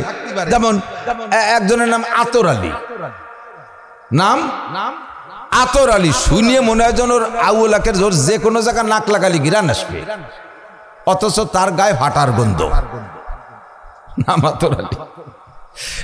এরম ব্যাসকম দুনিয়াটা থাইয়ে বসতে পারে, বাকি বেশিরভাগ তাজরেবা বাস্তব অভিজ্ঞতা। কিছু কিছু নামের একটা খাসিয়াত আছে, আজিজ নাম যাদের তারা দুনিয়ার দিক দিয়ে অনেক বড় হয়, সম্মানী হয়, ইজ্জতওয়ালা হয়। শাইখুল হাদিস আল্লামা আজিজুল হক, তারপরে বাংলাদেশের তবলিগ জামাতের প্রথম আমির হযরত মাওলানা আব্দুল আজিজ সাহেব, হযরত মাওলানা আব্দুল আজিজ সাহেব, হাটহাজারী মাদ্রাসার প্রতিষ্ঠাতা হযরত মাওলানা আব্দুল আজিজ সাহেব। এইরকম আজিজ নামে বহু আছে, কিছু কিছু নামের ফজিলত আর বরকত আছে। একটা ছেলে মজনু, এর মজনু নাম রাখেন আমাকে দিক, আসলে হলো মজনুন। মজনুন মানে পাগল, দেখবেন যে জাগে নাম মজনু, ওই পাগলামি ওয়ারে। আমাকে ছাত্রবেলা একটা ছেলে ছিল ওইরকম মজনু নাম, ওরে জ্বালা জ্বালায় সে মানে অস্থির হয়ে গেছে। পরে হুজুরে তার নাম পাল্টায় দিচ্ছে, তোর এ নাম হবে না, তোর নাম ইমদাদ। পরে নাম পাল্টানোর পরে আস্তে আস্তে খুব ভালো হয়ে গেছে। তো কিছু কিছু নামের খাসিয়াত আছে। আব্দুল গফফার নাম যাদের, তাদের ভিতরে এরকম সহনশীলতা, তাদের ভিতরে এরকম ধৈর্য, তাদের ভিতরে ক্ষমার যোগ্য বেশি। আপনাদের আমাদের পীর সাহেব আব্দুল গফফার সাহেব হুজুর দেখেন আছে না নাই? নগরকান্দার পীর সাহেব খুব বড় মনের মানুষ না। আমার তো মনে হয় না যে হুজুর জীবনে কেউ একটা ফিটেন দিছে, আমার মনে হয় না যে হুজুর কেউ কইছে তুই এই কাম করলি, এও বলে নাই। এত বড় সহনশীল মানুষ এই গফফার নামের পর। আবার কহার নামও খুব বড় কঠিন নাম। এই কহার দিয়ে মিলে আব্দুল কহার। খালি কহার তো হবেই না, নাম হলে কি হবে? আব্দুল কহার। রাখবেন না, রাখবেন না মানে কি খবর, নিষেধ করে ফেললাম একেবারেই ঠিক না। মানে অন্য অন্য নাম রাখার চেষ্টা করবেন, এটা নিষেধ করতেছি তা করতেছি না। কহার মানে রাগী, কহার মানে খুব খুব মেজাজি, খুব মেজাজি। যাদের নাম এইরকম আব্দুল কহার হয় তারা হয়ে বসতে পারে মেজাজি। তা আল্লাহ পাক তার কহার নামের সাথে যখন শেষে আত্মপ্রকাশ করবে, ধরা পড়তে থাকবে পাইকেড়ি দরে, পাইকেড়ি দরে। সালে সুতো এ বাহানা সে বাহানা, নানান বাহানায় ধরতে তালে থাকবে। লাস্টে যাই একজনের ডাকছে, হ্যাঁ তাহলে দিকায় খোলামুল নামা ইকরা কিতাবাকা কাফা বিনাফসিকাল ইয়াউমা আলাইকা হাসিবা। তোমার সাথে আমার মৌখিক করে ঝগড়া হবে না, তোমার কিতাব খোলো। وكل إنسان ألزمناه طائره في عنقه ونخرج له يوم القيامة كتابا يلقاه منشورا। দুনিয়ায় থাকতে জীবন ভরে যা করেছো ফেরেশতারা সব লিখে তোমার গলায় ঝুলিয়ে রাখছে। এ যুবক আমার দিক তাকাও, কলেজের পিছনে দাঁড়িয়ে কার সাথে গল্প করেছো একেবারে ডেট তারিখ জায়গা আর প্রতিষ্ঠান সহ ভিডিও করে ফেরেশতারা তোমার গলায় ঝুলিয়ে রাখে। কোন জায়গা যে কি করছো না করছো, গভীর রাত্রে কম্বলের তলে শুয়ে শুয়ে ফেসবুক আর ইউটিউব আর মোবাইলে কি কি দেখছো, ওই সব কম্বল টম্বল ঘর সহ ঠিকানা সহ লেখা। কুল্লা ইনসানিন আলজামনাহু তাইরাহু ফি উনুকিহি। মরণের সময় তাবিজ বানায় তোমার গলায় ঝুলিয়ে রাখা হয়। হাসরের মাঠে আল্লাহ পাক বলবেন, আজ নামতা কাজা, আজ নামতা কাজা, তুই কি এই গুনাহ করেছিস, তুই এই গুনাহ করেছিস। প্রথম চান্সে সব মানুষ অস্বীকার করবে, রব্বুল আলামিন জীবন ওই গুনাহ চিনিও না, কাছেও যাই নাই। আল্লাহ কয় নাকতিমু আলা আফওয়াহিহিম ওয়া তুকাল্লিমুনা আইদিহিম ওয়া তাশহাদু আরজুলুহুম বিমা কানু ইয়াকসিবুন। মিথ্যে কথা বলা শুরু করছিস তো জবান বন্ধ করে দেব, কথা বলতে দেব না। যে অঙ্গ দিয়ে গুনাহ করেছিস ওই অঙ্গে তোর পক্ষে তোর বিপক্ষে সাক্ষী দেবে। ঠোঁট দিয়ে তুই অন্যায় করেছিস, ঠোঁটে তোর বিপক্ষে বলবে। জিহ্বে দিয়ে অন্যায় করেছিস, জিহ্বে তোর বিপক্ষে বলবে। চোখ দিয়ে অন্যায় করিস, চোখে সেই কথা সাক্ষী দেবে। কান দিয়ে গান শুনেছিস, তুই অস্বীকার করছিস কোনোদিন শুনি নাই, ওই কানেই বলবে যে আল্লাহ আমি বহুত শুনেছি। পায়ে বিপক্ষে বলে, পায়ে স্বীকার করবে আল্লাহ ওই গুনার জায়গা আমি নিজে হাতে নিজে পায়ে হেঁটে গেছি, আমি কোনো মতে যাবো না। 2-3 বার আমার হাঁটুর মধ্যে ব্যথাও আসছে, আমি কবে পারতেছি না, কাটতে পারতেছি না। ও শয়তান আমার ঠেলে টুলে বাস বগলে বাদাই দিয়া খোঁচাতি খোঁচাতি সেই জায়গায় চলেই গেছে। আমি কোনো মতে পরের গাছের এই কদু কাটবো না, লাউ কাটবো না, এই মালগুলো চিন্তাই করবো না। আমি হাত সেই সময় কেমন যেন ব্যথা করতেছিল, ও জোর করে ট্যাবলেট একটা খাইয়া প্যারাসিটামল খাইয়া সে হাতের মধ্যে শক্তি বানাইয়া ওই জায়গায় যে আজ দিয়ে আকাম করছে। সবাই আপনার বিপক্ষে সাক্ষী দেবে, এরপরে আপনার জবান খুলে দিয়ে বলবে কি কইস, এবার এরা কি কয়। আপনি তখন আবার বলবেন আল্লাহ এই সব আমার অঙ্গ, যে অঙ্গগুলোকে আমি যত্ন করেছি, লালন পালন করেছি, যাদের আত্মতৃপ্তি দেওয়ার জন্য, যে অঙ্গরে আনন্দ দেওয়ার জন্য আমি এই অন্যায়গুলো করেছি। চোখে দিয়ে অন্যায় করেছি, চোখে খুশি অন্যায় করেছি, হাতে খুশি হবে। চুলকে দিয়ে অন্যায় করাইছি, চুলে খুশি হবে। এদেরকে খুশি করার জন্য করেছি। আজকে দেখি সবই আমার বিপক্ষে, সবই আমার শত্রু। রব্বুল আলামিন ওরা কি সবই সত্যি কথা বলে? আল্লাহ কা ইকরা কিতাবাকা কাফা বিনাফসিকাল ইয়াউমা আলাইকা হাসিবা। ওরা মিথ্যে কথা বলে, তুই মিথ্যে কথা বলিস না। কে কি করিস সব তোর আমলনামায় আছে। আপনার সামনে অডিও করে ভিডিও করে সব দেখাই দেওয়া হবে। আপনি চোখ খুলে খুলে দেখে দেখে বলবেন। কুরআন শরীফের আয়াত পড়বেন, লা ইউগাদিরু সগীরাতাও ওয়ালা কাবীরাতান ইল্লা আহসাহা ওয়া ওয়াজাদু মা আমিলু হাজিরা ওয়া লা ইয়াজলিমু রাব্বুকা আহাদা। আরে কপাল, আরে পুরা কপাল, এদি যা করছি জায়গা সহ লিখে তুইছে, ছবি করে তুইছি, একটা ছোট বড় কোনো তো ছাড়ে নাই। আল্লাহু আকবার। ওই লোকটা বলবে তাহলে তোর আমলনামা দেখের মধ্যে কি কয় যে একটা নেকিও নাই, আর কোনো প্রকার গুনাহ করতে বাদ নাই। চতুষ্পদ জন্তুর সাথে আমি যৌন অন্যায় করেছি ইত্যাদি ইত্যাদি সব ওর মধ্যে লেখা আছে। এবার আল্লাহ পাক বলবেন এই ফেরেশতারা আমার দিক খুজুহু ফাগুল্লু সুম্মাল জাহিবা সাল্লু। ওরে ধর পিঠ মুড়াতে গলার উপর দিয়ে শিকল দিয়া, শিকল দুটা শিকল দিয়ে টাইনা হাঁটুর নিচে দিয়ে নিবি, গলারে হাঁটুর কাছে টাইট করে বানলি কি আর নড়ার কায়দা থাকে? হাত বানলেও দৌড়ানো যায়, আরে পা বানলে হাত দিয়ে কিছু করা যায়। আর গলারে টাইনে যখন পিঠের হাঁটুর সাথে টাইট করবে, বাঁধে টাইট করে ফেলবে, তখন আর নড়া চড়ার কায়দা থাকবে না। ফেরেশতাদেরকে বলবে সুম্মাল জাহিমা সল্লু, এখান থেকে একটা পিটেন মারবা, একে পিটেনে জাহান্নামে পৌঁছাই দিবা। সুম্মা ফি সিলসিলাতিন যারুহা 70 যিরান ফাসলুকু। হে আমার যুবকরা একটু কান লাগায় শোন, আল্লাহ পাক বলেন সুম্মা ফি সিলসিলাতিন যারউহা 70 যিরাআন ফাসলুকু, ওই শিকলের সাথে আর একটা শিকল বাঁধা হবে 60 গজ লম্বা, 70 যিরাআন 70 গজ লম্বা। এই শিকলটা বাঁধে ফেরেশতার হাতে ধরাই দিয়ে বলবে ফেরেশতা তুমি পুলসিরাতের উপরে দাঁড়াও। বাঁধা হবে যেই বডিতে আছে এই বডিতে 3.5 ছোট্ট বডিকে বাঁধা হবে, কিন্তু এই ছোট্ট বডিতে শাস্তি দিয়ে তৃপ্তি পাবে না ফেরেশতারা, এই জন্যই বডিটারে বড় বানানো হবে। বডি যত বড় হয় সাজা শাস্তি উপলব্ধি তত বেশি হয়, অনুভব তত বেশি হয়। পিটাইতে পিটাইতে কয় নাও নাও রে পিটাইয়া বড় বানাও। কয় কিভাবে পিটাবো? পুলসিরাতের উপরে দাঁড়াইয়া ওই শিকলটা ধরিয়ে, যেই শিকলের সাথে এই শিকল বান্ধা, এই শিকলের সাথে ওই শিকল বান্ধা, ফেরেশতারা জাহান্নামের এ পাশে এক পিটান দেবে ও পাশে এক পিটান দেবে। পিটাইতে পিটাইতে বডিটারে এত বড় বানাবে যে মুখখান আর মুখমণ্ডল আর ওই মুখের ভিতরে গহ্বর এত বড় হবে, এক একটা দাঁত হবে অহুদ পাহাড়ের সমান। এরকম 32টে দাঁতওয়ালা মুখখান কত বড় হবে, বডিটা কত বড় হবে। এই পাশে এই কাঁধের থেকে এই কাঁধ পর্যন্ত, এই কাঁধের থেকে এই কাঁধ পর্যন্ত 500 গজের বেশি বলা হয় 500 গজ। কেউ কেউ বলে না, একটা শহর মদিনায় 2টা শহরের নাম বলা হয়েছে। এই 2টা দেশ, এই দেশ থেকে ওই দেশ পর্যন্ত, শাম থেকে সিরিয়া পর্যন্ত যত দূর, এক একজন মানুষের বডির এই চওড়াই অত বড় হবে, গায়ের চামড়া 70 গজ পুরু হবে, এত বড় বানায়। তারপরে বলবে সুম্মা ফি সিলসাফুযুহু ফাগুল্লু সুম্মাল জাহিমা সল্লু, ওখান থেকে জাহান্নামের তলদেশে ফিকে মার মার। এভাবে ওই লোকটারে যখন ধরে টান শুরু হবে, মনে আছে কোন লোকটা, লাস্টের লোকটা, এরে যখন টান শুরু করবে বিশ্বনবী মুহাম্মদুর রাসূলুল্লাহ আল্লাহ পাকের পাশে বসা, নবী পাক তো দেখছেন ওইটা আমার উম্মত, কলেমা পড়া উম্মত, তার মধ্যে শুধু কলেমা আছে লা ইলাহা ইল্লাল্লাহ মুহাম্মাদুর রাসূলুল্লাহ, এই কলেমাটা তার মধ্যে আছে, কিন্তু আর কোনো আমল নাই। হুজুরের মনে চাইতেছে কমপক্ষে মুহাম্মাদুর রাসূলুল্লাহ আর লা ইলাহা ইল্লাল্লাহ বলছে, ওরে কোনো না কোনোভাবে দেখি বাঁচানো যায় নাকি, কিন্তু কোনো উপায় খুঁজে পাই নাই। ফেরেশতারা টেনে নিয়ে যাচ্ছে, আচানক নজর করে দেখে মুখে এক গাল লম্বা দাড়ি, সুন্নতি দাড়ি। এই লোকটা যে দাড়ি রাখছে, এর মুখে দাড়ি, এ কিন্তু আবার সুন্নতের নিয়তে রাখে নাই, যে কোনো আমল করে নাই আর কোনো বদ আমল ছাড়ে নাই, ও কি দাড়ি রাখছে সুন্নতের নিয়তে। ও দাড়ি কাটতে পয়সা লাগে, সেই কিরবিন বানাই কাটি নেই, পয়সা বাঁচানোর খাতিরে কাটি নেই, সেই দাড়ি ওর কাজে লেগে গেছে। এবার হুজুর ও দাড়ির দিক দেখিয়া কয় আল্লাহ রব্বুল আলামিন ডাক দিছে যখন আল্লাহ পাককে, আল্লাহ পাক ফেরেশতাদেরকে বলে, হে ফেরেশতারা দাঁড়াও, আমার বন্ধু যেন কি পাইছে। কয় আল্লাহ বান্দা তোমার দোজক, তোমার নাফরমানি করছে, তোমার নাফরমানি করেছে বান্দা, তোমার জাহান্নামে, তোমার অর্ডারে তোমার বান্দারে তোমার জাহান্নামে দিবা, আমারও জায়গা হস্তক্ষেপ করার কোনো উপায় নাই।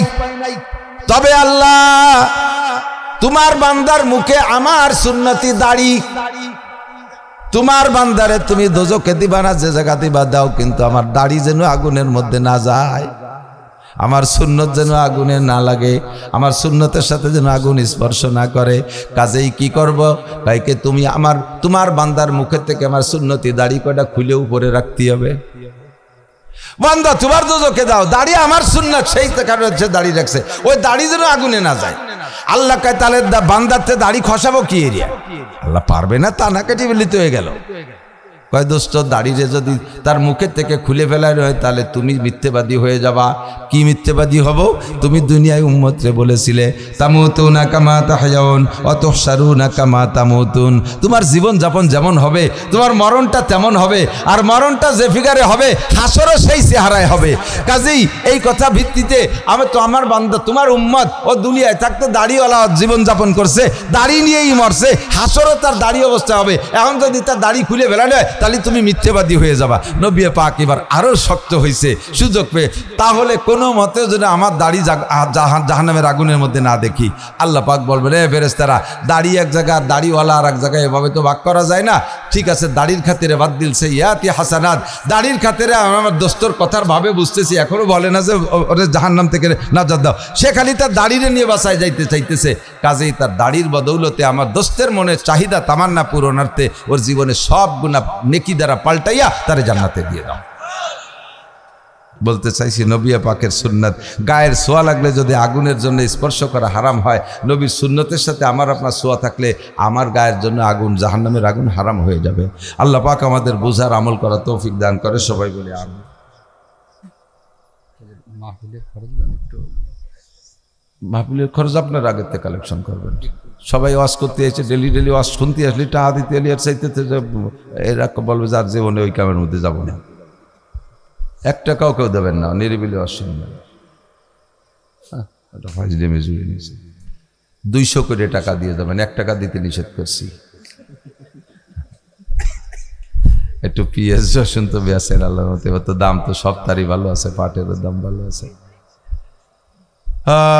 খুব কষ্ট হয়ে যাচ্ছে, বুক ব্যথা করতেছে। আল্লাহ, আমি যে আয়াত পড়ছি খেয়াল করেন, এখন ওয়াজের কাছে জানি আর একটু বলবো, আর 10 মিনিট বলবো ইনশাআল্লাহ। কষ্ট হচ্ছে আপনাদের?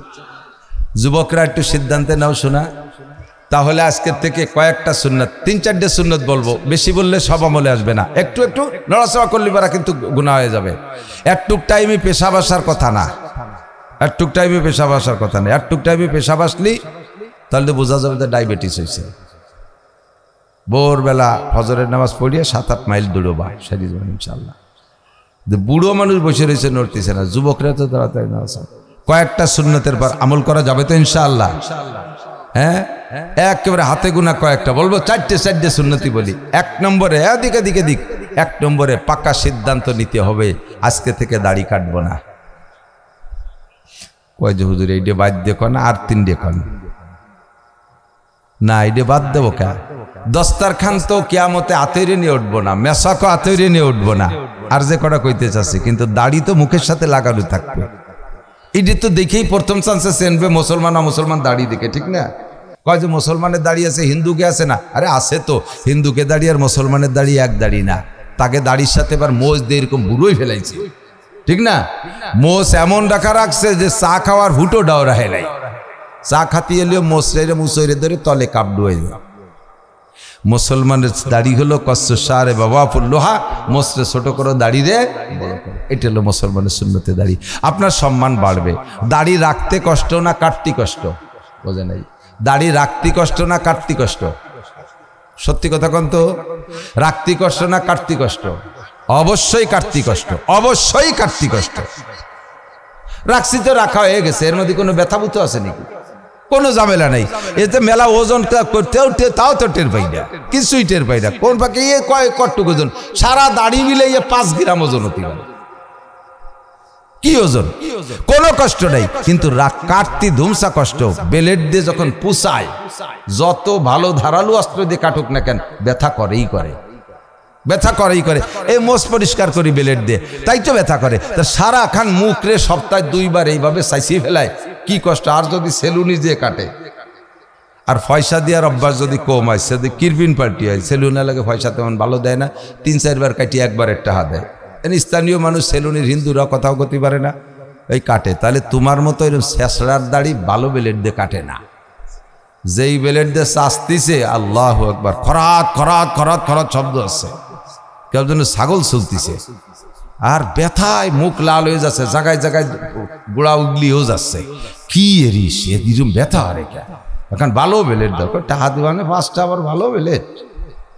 এরে যে বেলেট ধরছে না, ওই বেলেট দিয়ে আগে 2-3 জনের দাড়ি শেভ করছে, এরপরে 5-6 জনের বগল চাচ্ছে ওই দিয়ে, এরপরে ধরছে ওর মুখ। তাহলে কি কষ্টের কষ্ট দাড়ি কাটতে। দাড়ি রাখলে সম্মান না কাটলি সম্মান? কাটলি সম্মান। কাটাওয়ালা বয়স 50 আর রাখাওয়ালার বয়স 25, 2 জন একসাথে যাইয়েন তো কোনো দোকানপাট কোনো জায়গায়, কারে কৃষি বস্তি দেয়। কাটাওয়ালারে কয়, ছেলে পেলে নামি দাঁড়াও, পোলাপান সরি দাঁড়া, তার বয়স 50। আর যে দাড়ি রাখছে 25 বছর, এরকম দাড়ি, কাকা আপনি চেয়ারে বসেন। জায়গায় বসাইয়া মান আর অপমান, কথা কোন ঠিক না? তো দুনিয়ায় যেমন পার্থক্য, হাসরের মাঠে এরকম হবে প্রত্যেক। আর পাশাপাশি আরেকটা হলো, সুন্নত গুলো সব যত সুন্নত আছে, বডির সাথে যত সুন্নত আছে, এই সুন্নত গুলো হলো ইমানের বেড়া। বুঝতে পারি নেই? শরীরের সাথে যে সুন্নত গুলো আছে, এই সুন্নত গুলো ইমানের বেড়া। দাড়ি কাটা অবস্থায় যে ভাষা ব্যবহার করা যায়, মুখে দাড়ি রাখা অবস্থায় কিন্তু তা যায় না। কিছু হলেও বিবেকে বাধা দেয় যে একগাল দাড়ি নিয়ে এমন কথা কব, কথা কন। খালি মাথায় যে কথাগুলো বলা যায়, যে কাজগুলো করা যায়, টুপি মাথায় দিলে তা করা যায় না। প্যান্ট শার্ট টাই কোট পরে যে আকামগুলো করা যায়, বড় একটা যুব্য গাই দিয়ে তা করা যায় না। এই সুন্নতে আপনার ওখান থেকে ফিরেই ফেলে, বিবেকে বাধা দেয়। যা যদি দেন টুপি মাথায় দিয়ে গালাগালি হতে যায় নাকি? যদি গালাগালি এখন তো করাই লাগে, খুলে পকেটে দিয়ে শুরু করে। তার মানে এই টুপি থাকতে আর কাজানো যাচ্ছে না। প্রত্যেকটা সুন্নত ইমানের বেড়া। তো 1 নম্বর ইমানের বেড়া সুন্নত হলো দাড়ি। কতক্ষণ পাশাপাশি দাড়ি রাখলে আদ্যে দেখেন কি সুন্দর রেসপন্স করে। দাঁড়িয়ে লাগে আদ্যে দেন কি সুন্দর লাগে। এই মুখের সাথে যদি ছোঁয়া লাগে সেও খুশি হবে, ঠিক না? নরম নরম। আর দাড়ি কাটার পরে একদিন পরে একটু একটু আগা বার হয়েছে, ওই মুখ দিয়ে কোনো জায়গা যদি ডলা দেয়, আর সিরিজ কাগজের মতো ঝুলিয়ে যাবে না? ডলা যে আনে দেবেন সেটা আপনার ব্যাপার, কিন্তু ডলা দিলি সে চিল্লে উঠবে না? তাহলে দাড়ি সহ এক মজা, দাড়ি কাটলে আর এক অশান্তি। দাড়ি রাখার মধ্যে সব ফায়দা।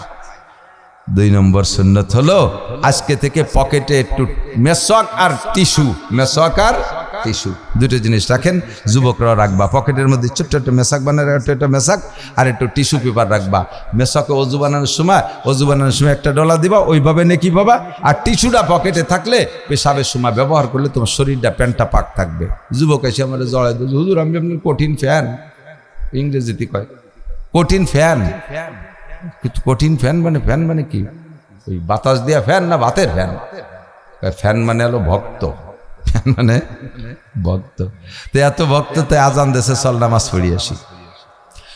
পড়া তো দরকার, কিন্তু আজকে হবে না, শুক্রবার তো শুরুর বাড়ি চল এখন গেলে অসুবিধা কি? কয় যে এই প্যান্ট পরে মসজিদে গেলে আর মানুষের নামাজ হবে না। এই 7 দিন ধরে পড়তেছি, ঠিক মতো পেশাবের থেকে পাক হই না, দাঁড়ায় পেশাব করি, টাইট থাকে, আটা দেওয়ার পরে খানিক পরে ওই একই জায়গায় তো ডেলি 7-8 বার পেশাব করি। এই পড়তি ওই সামনের ওইটুক সুসো মরা গন্ধ হয়ে গেছে। আমারে মসজিদে নিয়েন না, আর সবার নামাজ মাইর খেয়ে যাবেন। তুমি কেমন মুসলমান? এনি টাইম মসজিদে যার যোগ্যতা তোমার পোশাকের মধ্যে নাই, শরীর না পাক, কাপড় না পাক, এই অবস্থায় যদি তুমি মারা যাও, বলো তো তোমার জানটা নেবে কিনা? আর পবিত্র অবস্থায় পোশাক পাক, শরীর পাক, এই অবস্থায় যদি তোমার মৃত্যু হয়, এনি টাইম যে কোনো সময় মৃত্যু হতেই পারে, কতক্ষণ যে কোনো সময় হয়ে যেতে পারে না? তাহলে ওই সময় তোমার মৃত্যুটা হবে ইমানই মরণ, জান্নাতের ফেরেশতারা তোমার জানটা নিয়ে যাবে। কন্যা সুবহানাল্লাহ। তাহলে এই 2টা সুন্নাত, দাড়ির সুন্নাত, ঢিলাকুলুকির সুন্নাত আর মেসওয়াকের সুন্নাত, ঠিক আছে? আজকের থেকে খানা খাবো দস্তারখান বিছাইয়া, যত খাবার পড়বে খুঁটে খাবেন। খুদার কসম রুজির বরকত আল্লাহ বাড়াই দেবে, আল্লাহ রুজির বরকত বাড়াই দেবে, আল্লাহ রুজির বরকত বাড়াই দেবে। যে কটা মাসালা শুনলেন, 60 বছর নফল নামাজ, নফল রোজার চেয়ে বেশি নাকি। আর আমল করলে প্রত্যেক একটা সুন্নতের বিনিময়ে 100 শহীদের নাকি। কন্যা সুবহানাল্লাহ। আমি আপনাদের অল্পক্ষণের ভিতরে কথাগুলো জানতেন না তা না, জানা ছিল, কিন্তু আলোচনা না থাকার কারণে আমলের ভিতরে দুর্বলতা আসে, অলসতা এসে যায়। আজকে একটু শুনলেন, ভিতরে একটা স্পৃহা জাগছে না? সবাই না হলেও কমপক্ষে 50 জন মানুষ হলেও তো আমল করবে, কতক্ষণ ঠিক না? এরপর আপনি আমল করবেন, তাহলে কত নেকি এখানে হয়েছে, কত নেকির, এটা নেকির কারখানা বনে গেছে। এইটা আমরা এই ইনকামটা পাইলাম, করতে পারলাম কিভাবে? আল্লাহর রহমতে ওলামাই কেরাম পরিষদের পক্ষ থেকে, মসজিদের পক্ষ থেকে এই মাহফিলের ইন্তজামটা করছে বিদায়। আমরা তাআবানু আলাল বিররি ওয়াত তাকওয়া ওয়ালা তাআবানু আলাল ইসমি ওয়াল উদওয়ান। আল্লাহ পাক বলেন তোমরা একে অপরকে ভালো কাজে সাহায্য করো। দুর্গা পূজা, সরস্বতী পূজা, কালী পূজা, লক্ষ্মী পূজায় সাহায্য করো না। জারি যাত্রা করোসা, গাজীর গান, গুণযাত্রায় সাহায্য করো না। মালি মামলা, কোর্ট কাছারিতে সাহায্য করো না। ওর মধ্যে 90% মিথ্যে কথা, ও জায়গায় সাহায্য করো না। অথচ এই দেশের মানুষ কি যে বোকা নাকি চালাকতা, আমি কি কব আপনাকে সামনে, আপনাকে বোকা করলে কষ্ট পাবেন, এই জন্য ধরেন বোকা কলাম না। সারা বছর ভরে পাট পিএস কষ্ট করে বানাইয়া তৈরি করে, তাই বেছে বেছে উকিল, মুক্তার, পুলিশ দারোগাকে দিয়ে বেড়াচ্ছেন। আবার ইবাইরে ডুন বেচা হয়ে গেছে, পুলিশকে দাওয়াত দিতেছেন, পুলিশ রেডি থাইও আগামী পিএস বেছে টাকা দেবো। ওই সময় বাদাবানি গাঞ্জাম, এর আগে আর বাদাচ্ছি না। ফিরে পিএসের কটা দেওয়ার পরে ফিরে আবার পাট বেছে দেওয়া শুরু করেন, যার কারণে সচ্ছল হতে পারতেছেন না। এই দেশে যে ফসল আল্লাহ দেয়, যে দামি ফসল, সোনালী আঁশ, এই নগরকান্দা সালতার পাটের নামে হলো সোনালী আঁশ, অন্য অন্য জায়গার পাটের এই চেহারা না। আর সেই সোনালী আঁশ বেশি একটু সোনা কিনে বন্যা হয়ে দিতে পারলেন না। আপনার সোনালী আঁশ বেচাটা হাইদে দারোগার বন্যা গলায় নেকলেস বানায়। আল্লাহর কাছে দোয়া করেন যেন এই গ্যাঞ্জাম ফাসাদার না করি আমরা, বলেন আমিন। একটু সভ্য হন, একটু ভদ্র হন, একটু শান্ত হন, মাথাটার একটু ঠান্ডা করেন। যত গরম হোক না কেন, যেই গরমের কারণে আমার অর্থদণ্ডী যায়, আমি সেই গরম হতে যাবো কে? আমার ভাই আমার কাছ থেকে 2 হাত জায়গা আছে, তা ছাড়িয়ে দিলি 2 হাত জায়গার দাম 200 কোটি টাকা না?